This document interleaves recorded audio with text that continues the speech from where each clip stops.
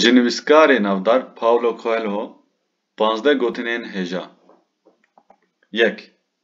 Ku tu karîbî bibêjî xatirê te, wê jiyan ji nû ve te xelat bike. Ku tu karîbî bibêjî xatirê te, wê jiyan ji nû ve te xelat bike. 2.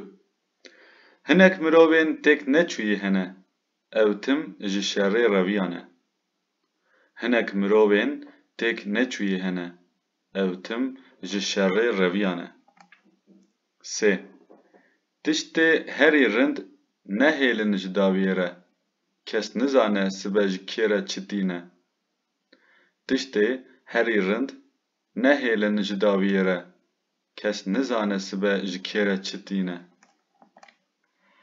Seva ku her kesî dilxweş bikî bijî, wê her kes ji te hez bike, bilî te.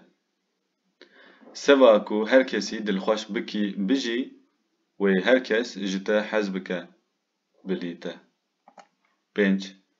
Xelk çi difikire ne girîng e, lewra ku tu çi bikî bike, ew wê tim wisa bifikirin. Xelk çi difikire ne girîng e, lewra ku tu çi bikî bike, ew wê tim wisa bifikirin. 6. Tu dikarî wextê bifroşî, lê tu qet nikarî bikirî. Tu dikarî wextê bifroşî, lê tu qet nikarî bikirî. 7. Mirovên ji me hez dikin hene, bi tenê nizanin raber bikin. Mirovên ji me hez dikin hene, bi tenê nizanin raber bikin. 8. Raza jiyanê ku heft cara bikevî jî, cara heşta ji rabûna serxwe ye. Raza jiyanê ku heft cara bikevî jî, cara heşta ji rabûna serxwe ye. 9. Ji bo ku em xewnên xwe rast bikin, astenga herî mezin tirsa têkçûyînê ye.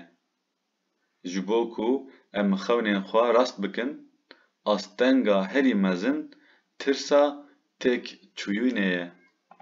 10. Jiyan viyana me diceribîne, yek cara tev tiştek nabe, yan jî her tişt carekê da dibe. Jiyan viyana me diceribîne, yek cara tev tiştek nabe, yan jî her tişt carekê da dibe. 11. Rojekê hûnê şiyar bibin, lê wext namîne, niha tam wext e, bixebitin. Rojekê hûnê şiyar bibin, lê wext namîne, niha tam wext e, bixebitin. 12. Ku tu bi tenê rojên xweş bimeşî, tu qet nagihêjî armanca xwe. Ku tu bi tenê rojên xweş bimeşî, tu qet nagihêjî armanca xwe. 13.